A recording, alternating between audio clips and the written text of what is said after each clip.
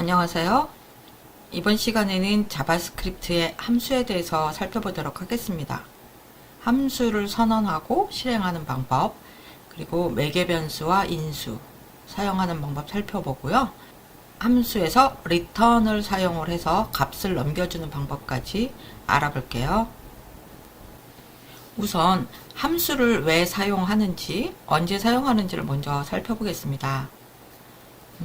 일단 우리가 앞으로 이제 투두 리스트 만드는 거를 해볼 건데요. 할 일 목록을 작성을 할 때 여기 폼 영역에다가 할 일을 입력을 하고 추가 버튼을 클릭을 하면 이 폼 아래쪽에 제가 입력한 내용이 나타나게 됩니다.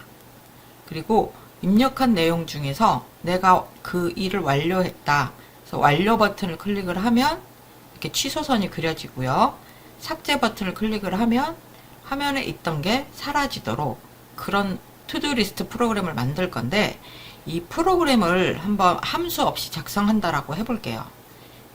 자, 사용자가 텍스트 필드에 어떠한 할 일을 입력을 하고 추가 버튼 클릭하면 내용을 화면에 표시해요. 다음 두 번째 할 일을 입력을 하고 추가 버튼을 클릭하면 또 두 번째 내용을 표시를 해요. 이거를 계속 반복을 해야 되겠죠. 뭐 5개만 입력한다 그러면 똑같은 기능을 5번 소스를 작성하는 걸로 끝날 수 있겠지만, 프로그램이라는 것은 사용자가 몇 개의 할 일을 추가할지 알 수 없죠. 그래서 기능별로 할 일을 묶어서 필요할 때만 그 기능을 불러서 사용하도록 하는 것이 함수입니다. 자, 추가 버튼을 클릭했을 때 목록에 추가하는 기능을 하나의 함수로 만들고요. 그 목록에 추가된 걸 화면에 표시하는 것도 별도의 함수로 만듭니다. 그러니까 사용자가 할 일을 입력하고 추가 버튼을 클릭을 하면 이 두 개의 함수를 필요한 만큼 불러 쓰면 돼요. 계속 추가한다면 계속 이 함수를 불러서 처리하고 화면에 표시를 해주겠죠. 그리고 완료 버튼을 클릭을 했을 때 할 일에 취소선 그리는 것도 역시 별도의 함수로 만들고, 삭제 버튼을 클릭을 했을 때 목록에서 삭제하는 것도 역시 함수로 만들 수 있습니다. 그래서 자바스크립트에서 어떠한 프로그램을 작성을 할 때는 기능을 최대한 작게 나누어서 각 기능별로 함수를 만들고 그 함수를 가져와서 실행하도록 하게 됩니다. 자, 그렇다면 함수를 어떻게 만드느냐? 함수는 크게 어떠한 일을 하는지 알려주는 선언 부분하고 만들어 놓은 함수를 실행하는 부분, 이렇게 두 개로 나뉘게 됩니다. 자, 함수를 선언하는 것은요, 펑션이라는 키워드를 쓰게 되고요. 펑션 뒤에다가 내가 원하는 함수 이름을 넣게 돼요. 함수 뒤에 괄호가 들어가죠. 그리고 중괄호 안에 내가 실행할 명령들을 넣습니다. 이것은 함수를 선언한다 라고 해요. 선언만 했을 때는 아무런 일도 일어나지 않습니다. 실제로 얘를 사용을 하려면 함수명 뒤에 괄호를 붙여서 얘를 실행을 해줘야 돼요. 이렇게 함수를 실행하는 것을 흔히 함수를 호출한다 라고도 얘기를 합니다. 함수를 사용을 하려면 펑션이라는 키워드를 이용을 해서 선언을 먼저 해주고, 그리고 필요할 때마다 그 함수를 불러서 쓸 수 있습니다. 그럼 간단한 함수를 만들어 볼게요. 이 add1.html에는 지금 add1.js라는 자바스크립트가 연결되어 있고요. 이 자바스크립트에서 하려는 게 뭐냐면 1부터 10까지 더하는 함수를 만들려고 하는 거예요. 1부터 10까지 더하는 함수를 만들고 그 함수를 실행해 보겠습니다. 우선 함수를 선언을 해줘야 되죠. 그래서 function이라고 하는 예약어를 써서 함수를 선언을 해줄 거고, 함수 이름은 여러분이 원하는 이름을 쓰시면 돼요. 저는 calcsum이라는 함수 이름을 써보겠습니다. 괄호를 붙이고요. 이 함수에서 어떤 명령을 실행할 것인지는 중괄호 안에다가 넣어줄게요.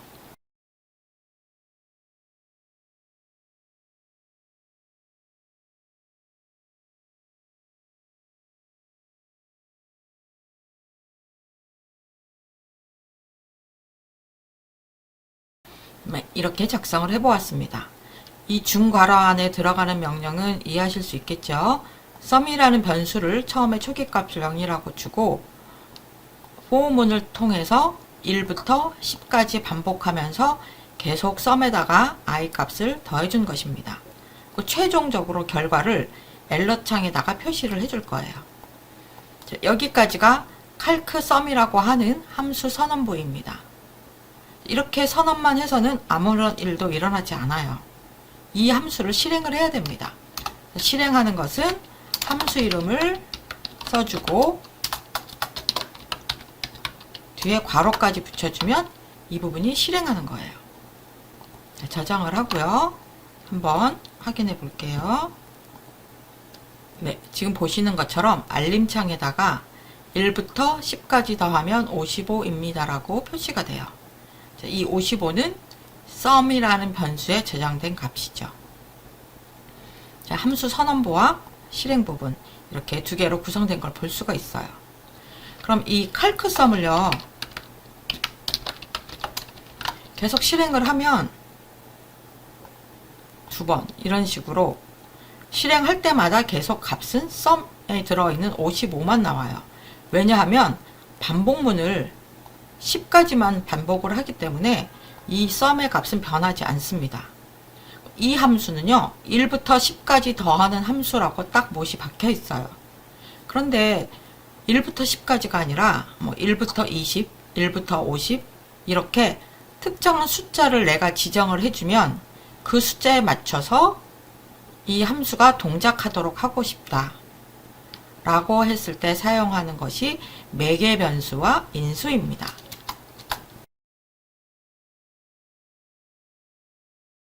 매개 변수라는 건 함수를 선언을 할 때 이 calcsum이라는 함수에서 어떠한 값을 받을 수 있는지를 나타내는 거예요. 사용자가 10까지 더해 그러면 10까지 더할 거고 50까지 더해 그러면 50까지 받을 수 있도록 어떠한 값을 받을 수 있는 변수, 그게 바로 매개 변수입니다. 제가 한번 num이라고 해볼게요. 그리고 여기서 만약에 20이라고 주면 calcsum이라는 함수를 실행을 하면서 20까지 더해 라고 명령을 하는 거예요. 여기서 num이라고 받았기 때문에 여기 반복하는 거를 num이라고 지정을 해주고 이게 10까지가 아니라 num까지 더하면 sum입니다.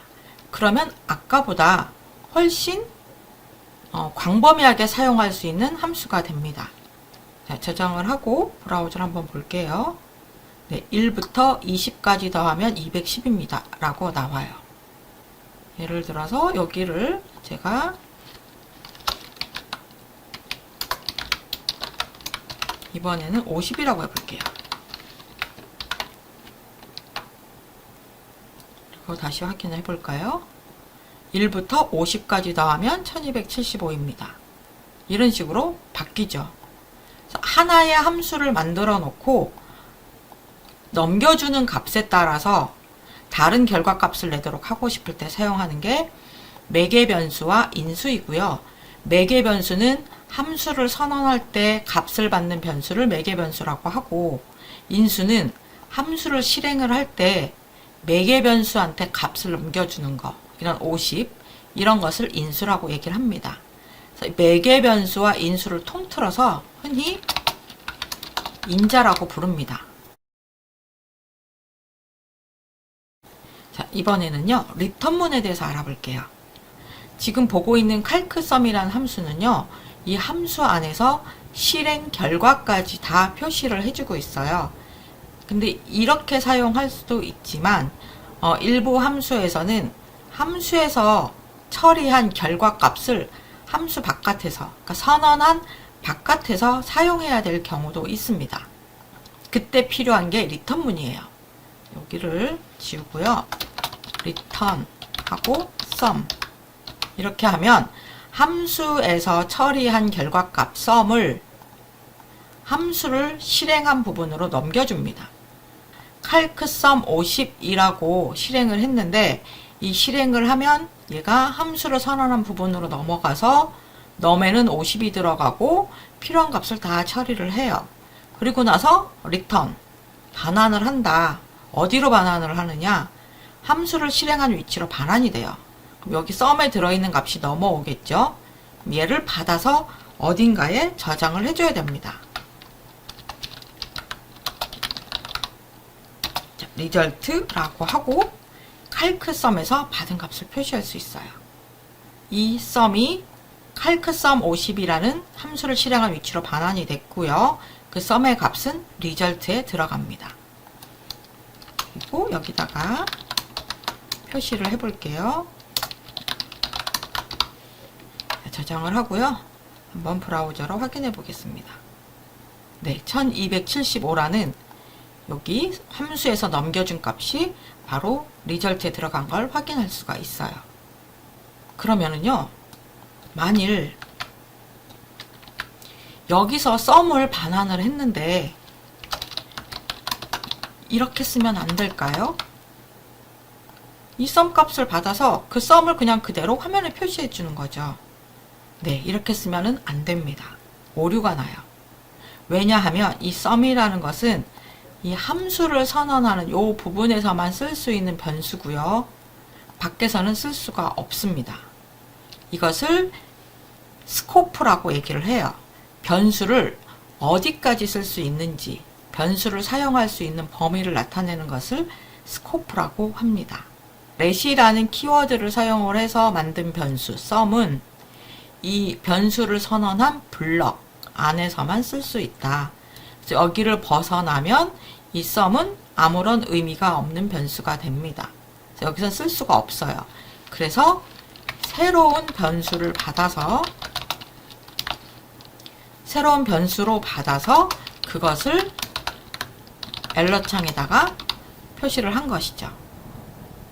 자, 함수가 어떤 것인지 알았으니까 이제 다음 시간에는 함수에서 변수의 스코프에 대해서 한번 알아보도록 하겠습니다.